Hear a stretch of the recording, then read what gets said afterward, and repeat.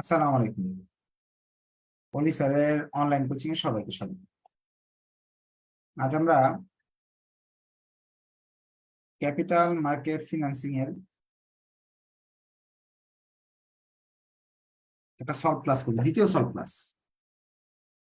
এই অধ্যায় কিন্তু অনেক সহজ সহজ সহজ অনেক অঙ্ক আছে। কঠিন অঙ্ক সাধারণত এই অধ্যায়তে কখনো আসে না। সলভ ক্লাসে যেহেতু আপনারা বলছেন এই অঙ্কটা করিতে, সেই জন্য এটা আমার করে দিতে হচ্ছে। যদি আপনি দুর্বল স্টুডেন্ট হন, এই অঙ্ক করার দরকার নেই, বাদ দিতে পারেন। আমার দায়িত্ব সম্পূর্ণ বইয়ের সব অঙ্ক করে দেওয়ার, সব করে দিচ্ছি। এখানে দুই ধরনের অঙ্ক ভাব ছিল, একটা যে এই টাইপের যেটা এখন করাচ্ছি, আরেকটা ছিল ওই যে ডিরেক্টরদের শেয়ারের কথা। ওটা তো আমি সূত্রগুলা দেখে নিবেন, তাহলে বুঝতে পারবেন। এখানে সূত্র দেওয়া আছে, তিনটা সূত্র দেওয়া আছে, গতদিন বলে দিচ্ছি।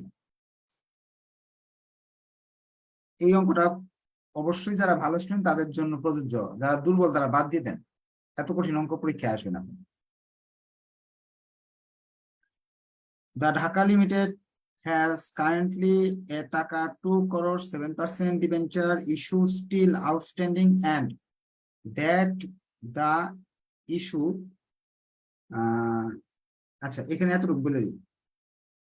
ঢাকা লিমিটেডের পুরাতন 2 কোটি টাকার একটা বন্ড আছে বা ডিবেঞ্চার আছে, ঋণ আছে। 2 কোটি টাকা ঋণ নিয়ে রাখছে সে, 7% সুদ দিতে হয় প্রতি বছর। এক্সারসাইজ 2, 2 কোটি টাকার একটা ঋণ আছে। 2018 লেখা, 2008 লেখা, 2008 সালে আসছিল। 2 কোটি টাকার একটা ঋণ আছে, সেই ঋণটা 7% সুদ দিতে হয় বছর, এবং এটা আরো 10 বছর এভাবে চলবে। আর কয় বছর চলবে? 10 বছর, 10 ইয়ার্স। 10 বছর পরে এটা টাকাটা দেওয়া যাবে। এখন নতুন একটা আমি অফার পাইছি, কম খরচ। 2 কোটি টাকা, এখানে দেখেন 2 কোটি টাকা নিতে পারবো 10 বছরের জন্য। আমাদের নতুন একটা অফার পাইছি, যেখানে 2 কোটি টাকা নিতে পারবো 10 বছরের জন্য। কুপন রেট মানে সুদ দিতে হবে 5%। নতুন একটা অফার পাইছি, 2 কোটি টাকা দিবে ওই কোম্পানি বা একটা ব্যাংক আপনাকে দিবে 5% সুদ। এটা তারা বলে দিচ্ছে 5% সুদ দিতে হবে। তাহলে আপনার তো 7% সুদের চেয়ে 2% সুদ, তাহলে তো আপনার কত অনেক টাকা বেশি যেতেছে না? 14 লাখের জায়গায় আপনার দিতে হবে আপনার 10 লাখ। প্রতি বছর 4 লাখ টাকা লাভ হবে, 4 লাখ টাকা খরচ কমবে। কিন্তু কিছু শর্ত আছে। নতুন যে আছে ওটা যদি বিক্রি করতে চান, ওটা 10 বছরের জন্য বিক্রি করতে পারবেন, এতে কোনো ক্ষতি নাই। কিন্তু 1,96,00,000 টাকা হাতে পাবেন, 4 লক্ষ টাকা ডিসকাউন্ট, অর্থাৎ 4 লক্ষ টাকা কম পাবেন। 4 লক্ষ কম দামে বিক্রি করতে হবে, ডিসকাউন্ট দিতে হবে।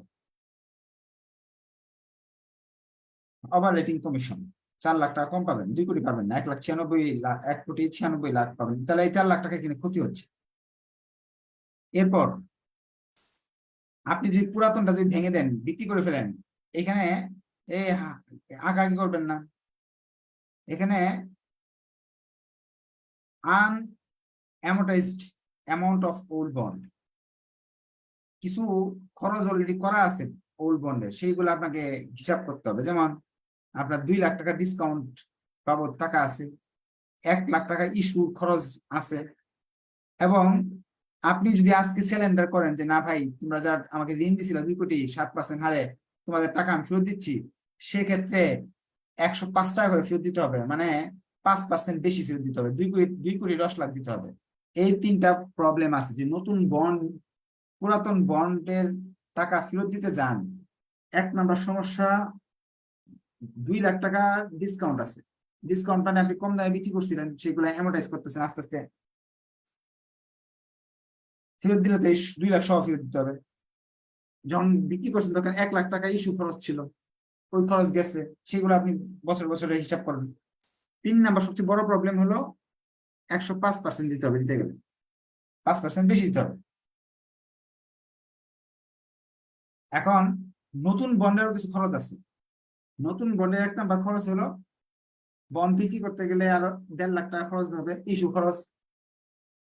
আর 1 মাসের আপনি যদি বিক্রি করতে চান, নতুনটা বিক্রি করতে চান, পুরাতন যে বন্ড বিক্রি ফেরত দিয়ে দিবেন, ওদেরকে কিন্তু 1 মাসের টাকা সুদ টুদ যা আছে সব দিয়ে দিতে হবে। 1 মাসের অপরচুনিটি কস্ট দিয়ে দিতে হবে, 1 মান্থ। এরপরে তারা বলছে আরো বলছে ট্যাক্স রেট আছে, এগুলোর সাথে ট্যাক্স রেট আছে 50%। এই তথ্য দিয়ে বলতেছে নতুন বন্ডটা রাখা ভালো নাকি নতুন বন্ডটা নিব নাকি পুরাতন বন্ডটা নিব, এই কথাগুলো প্রশ্ন বলছে। আমি আরেকবার বোঝানোর জন্য বোর্ড থেকে বোঝাচ্ছি।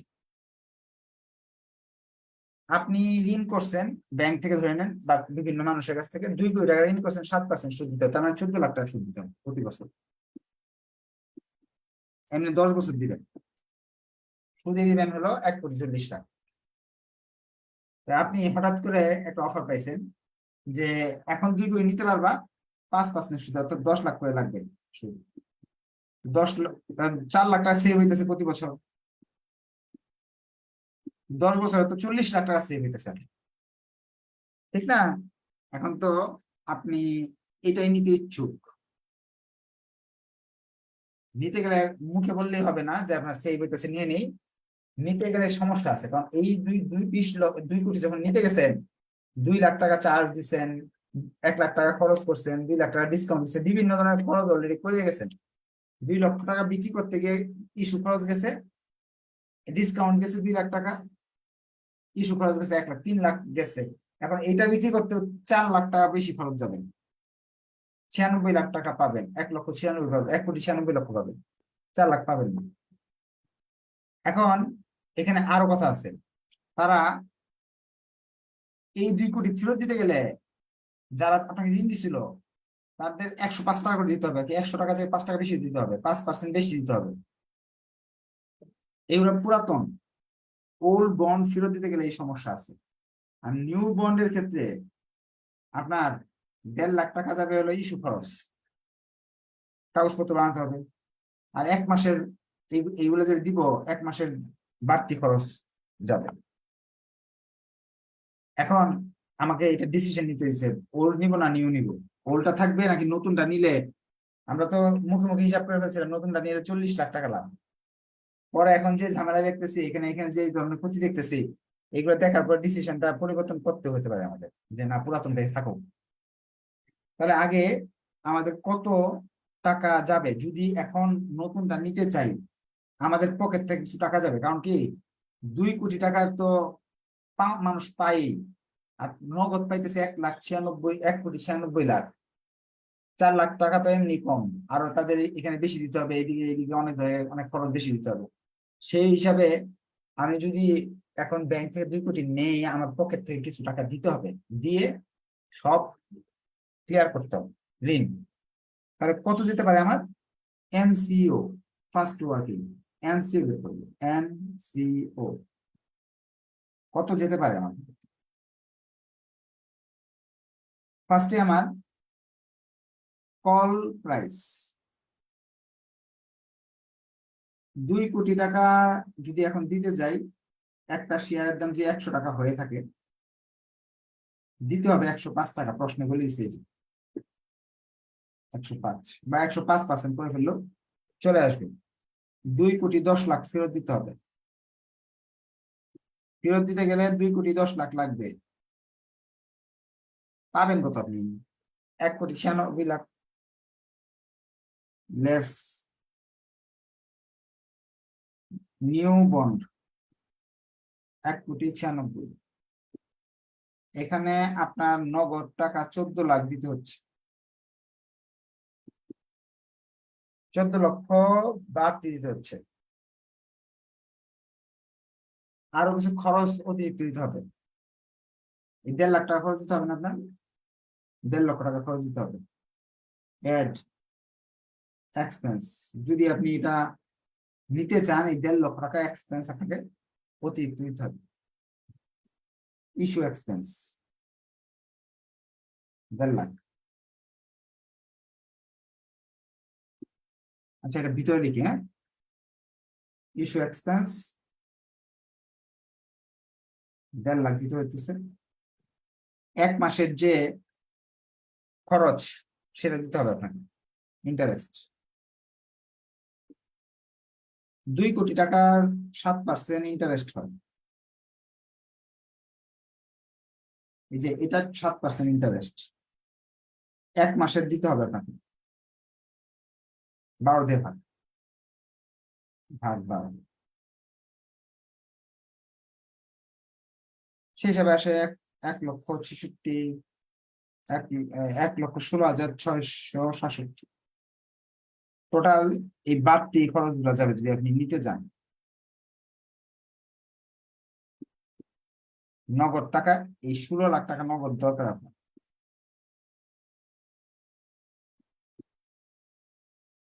কিছু লাভও আছে, যদি আপনি নিতে যান কিছু ট্যাক্স সেভ হবে।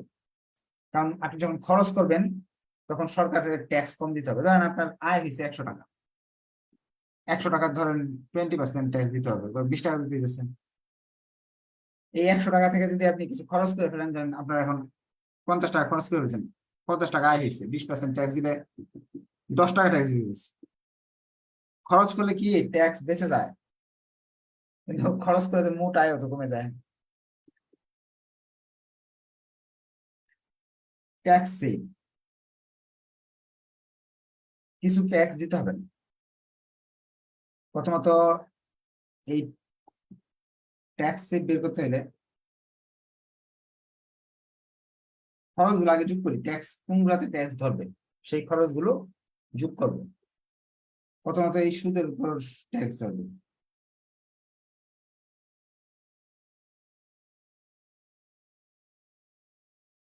দ্বিতীয়ত এখানে যে 5% বেশি দিচ্ছেন এটাতে ট্যাক্স সেভ হবে। কল প্রিমিয়াম 2,05,000, 10 লাখ টাকা যে অতিরিক্ত আছে, 2,05,000 এখানে আমি দেখাইলাম না, বুঝে নিন 10 লাখ।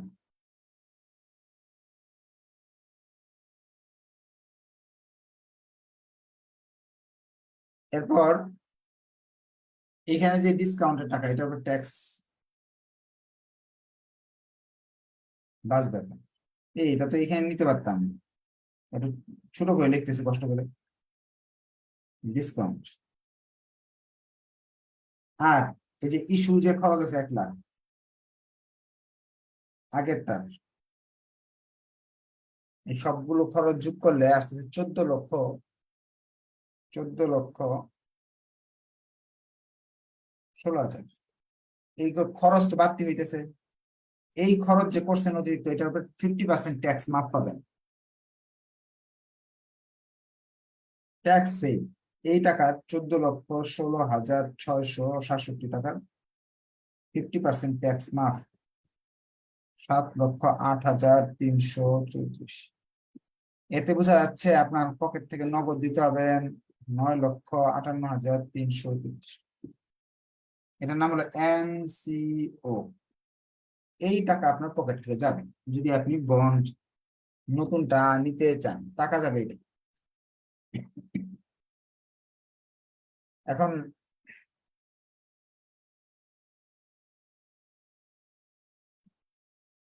নতুন বন্ডের জন্য কত টাকা যায়, পুরাতন বন্ডের জন্য কত টাকা যায়, এটা একটা আলাদা করে দেখতে হবে। Net cash outflow for old, old এর জন্য কত যাচ্ছে, ইন্টারেস্ট 14 লাখ টাকা ইন্টারেস্ট, 14 লাখ বের করতে হবে 7% দেবে, এটা 7%। 2 কোটির 7%, 14 লাখ টাকা। এখান থেকে ট্যাক্স সেভ, প্রতি বছর 14 লাখ টাকা খরচ হয়, ট্যাক্স বাঁচবে কত? 14 লাখ টাকার উপর ট্যাক্স সরকারকে কমাতে হয়, দিতে হয়। ইন্টারেস্ট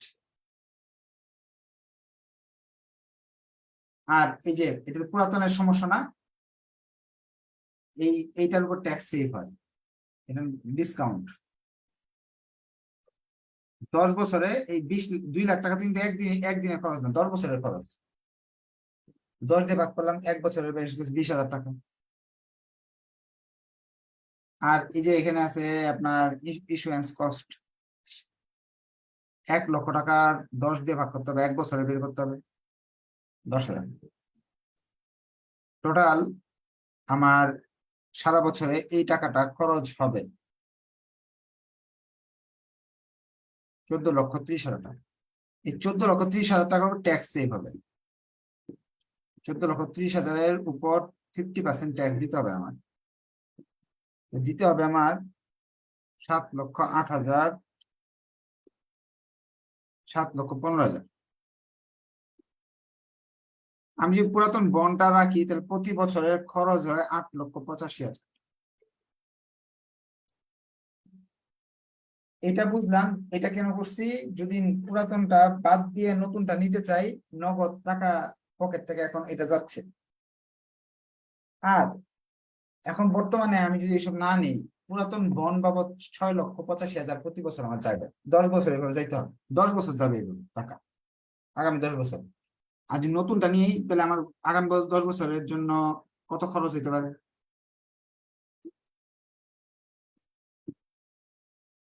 নতুনটা নিলে সুদ দিতে হবে 10 লাখ, 10% দিতে হবে। এই যে এটা 10%, 10 লাখ টাকা। আর সেভ কি হবে?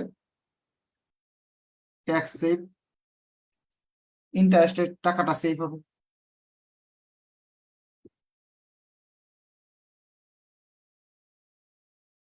এটার উপর ট্যাক্স দিতে হবে আমার। নতুনটার ক্ষেত্রে এখানে 4 লাখ টাকা ডিসকাউন্ট করতে হইতেছে। 20 লাখ, 2 কোটির জায়গায় 1,96,00,000 পাচ্ছি, তা 4 লাখ টাকা ডিসকাউন্ট করতে হচ্ছে। আর ডিসকাউন্ট 4 লাখের উপর 10 বছরের জন্য 4 লাখ ডিসকাউন্ট করতে হবে, তাহলে 1 বছরে কত হবে? 40,000 টাকা। ইস্যু কস্ট 1.5 লাখ, 1.5 লাখের 10 ভাগের 1 ভাগ 15,000।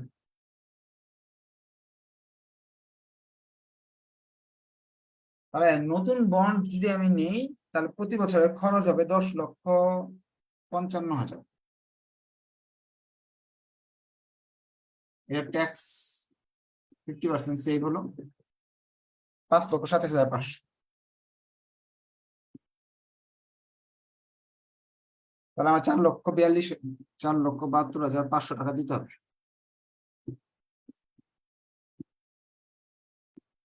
এখানে একটা ডিসিশন পাইতেছি আমরা, প্রতি বছর এখানে এই টাকা লাগে, প্রতি বছর এখানে এই টাকা লাগে, এই টাকাটা আমার ডিপ সেভ হয় প্রতি বছর। এখন বেনিফিট বা প্রফিট,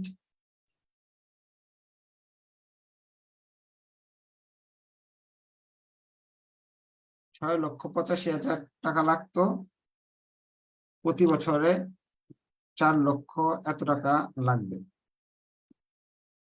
সেই হিসাবে আমার 2,12,000 প্রতি বছর লাভ, 12,500 লাভ প্রতি বছর। 1 বছর না, আগামী 10 বছর এই লাভটা পাবো, আগামী 10 ইয়ার্স এই লাভ পাবো। আর আমরা তো প্রেজেন্ট ভ্যালু আর কি, আমাদের তো টাইম ভ্যালু অফ মানির উপর নির্ভর করে অঙ্কটা করতে হবে। কারণ কি, আমি যে এখানে এই লাভটা যে পাবো, এটা তো আমাকে অর্থের সময় মূল্যের উপর ধারণা করে নিতে হবে। যে আমি যদি এখন 10 দিয়ে গুণ করে বলি যে 21 লাখ টাকা আমার প্রতি বছর সেভ, তাহলে কিন্তু এটা হইল না। কারণ আমার তো প্রতি বছর টাইম ভ্যালু অফ মানি আছে, সুদের বিষয় আছে। এই টাকাটা টাইম ভ্যালু অফ মানি বের করতে হবে, যে 10 বছরে কত আসে। এনইউটি সূত্র ব্যবহার করতে পারি আমি। এই টাকাটা প্রতি বছর লাভ হবে, আগামী 10 বছর এভাবে লাভ হলে কত আসতে পারে, মুছে দিচ্ছি।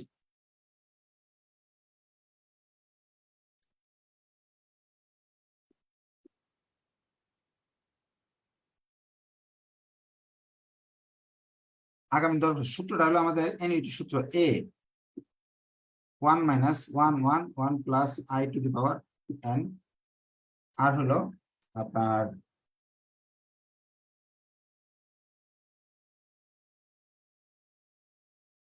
I। এ হলো আমার কিস্তি 2,12,000।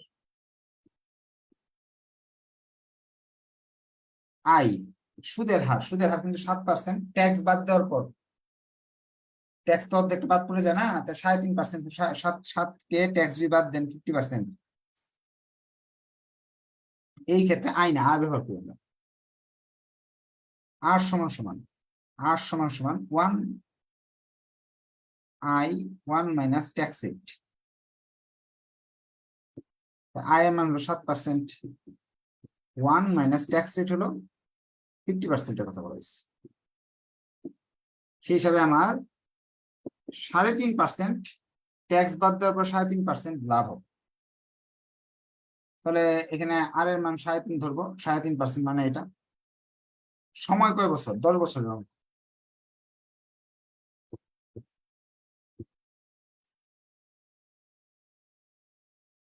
কি বুঝেন নাই? না বুঝলে আমাকে বলতে পারেন।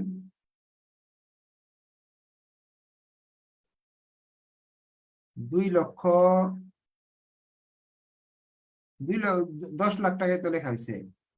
কি বুঝেন না? হাত উঠে বলেন, কোশ্চেন থাকলে হাত উঠে বলেন। তো সেই হিসাবে এইভাবে ক্যালকুলেশন করলে এই টাকাটার টাইম ভ্যালু অফ মানি হিসাব করে যদি এই বছর 1 বছরে আজকের দিনের টাকা হিসাব করতে চাই, তাহলে আমার টাকা আসতেছে 17,67,278 টাকা। এই টাকাটা প্রেজেন্ট ভ্যালু বা এনপিভি, নেট প্রেজেন্ট ভ্যালু। এখন প্রেজেন্ট ভ্যালু, এখন এনপিভি বের করতে হয় বা টিপিভি, টোটাল পিভি। এনপিভি বের করতে হলে টিপিভি মাইনাস এনসিও। আমার আগামী 10 বছরে আমি কি করলাম কাজটা আরেকবার বলতেছি। পুরাতনের কত খরচ, নতুনের কত খরচ, পুরাতনের খরচ থেকে নতুনের খরচ বাদ দিলাম, যে টাকা লাভ থাকলো 2,12,000 টাকা লাভ থাকে, ওইটা টাইম ভ্যালু অফ মানি ব্যবহার করে আমি 10 বছরের লাভের প্রেজেন্ট ভ্যালু বের করে নিয়ে আসলাম, অর্থাৎ 17 লাখ টাকা আমার লাভ হবে। এখন আমার পকেট থেকে যাচ্ছে কত? আজকে যদি বন্ডটা বাদ দিয়ে দিই 9 লাখ টাকা পকেট থেকে যাচ্ছে, কিন্তু আমি লাভ পাচ্ছি কত? 17,67,278। 9,58,000 টাকা যদি আমার লাভ থাকে, 9 লক্ষ যদি আমার পকেট থেকে যায় আর এটা যদি আসে, উল্টা লাভ থাকবে আমার 8,08,000।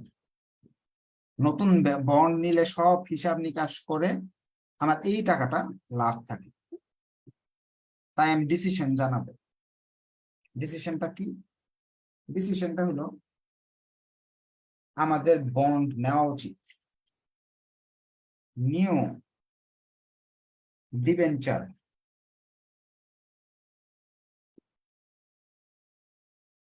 should be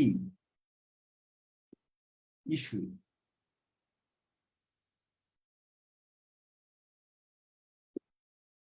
এই অঙ্কটা সবার জন্য প্রযোজ্য না, যাদের মন চায় তারা করেন, আর যাদের মন চায় না ওরা বাদ দেন, কারণ এটা তো পরীক্ষায় কখনো আসে নাই। আমি আশা করি আরো আগামী কখনো এটা আসবে না ইনশাআল্লাহ। এখন যদি তারপর কোনো কোয়েশ্চেন থাকে হাত উঠে কোয়েশ্চেন করতে পারেন।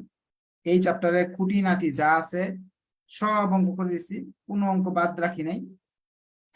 আপনি চাইলে একটু আরেকবার চেক করতে পারবেন, কারণ সলভ ক্লাস 2টা দেওয়া হয়েছে। হ্যাঁ, নেক্সটে তাহলে রবিবার বন্ধ থাকবে, একদিন বন্ধ রাখি আমরা, মঙ্গলবার নতুন চ্যাপ্টার শুরু করবো। হ্যাঁ, ধন্যবাদ সবাইকে, আসসালামু আলাইকুম। নেক্সট ক্লাস দেখা হবে, আল্লাহ হাফিজ।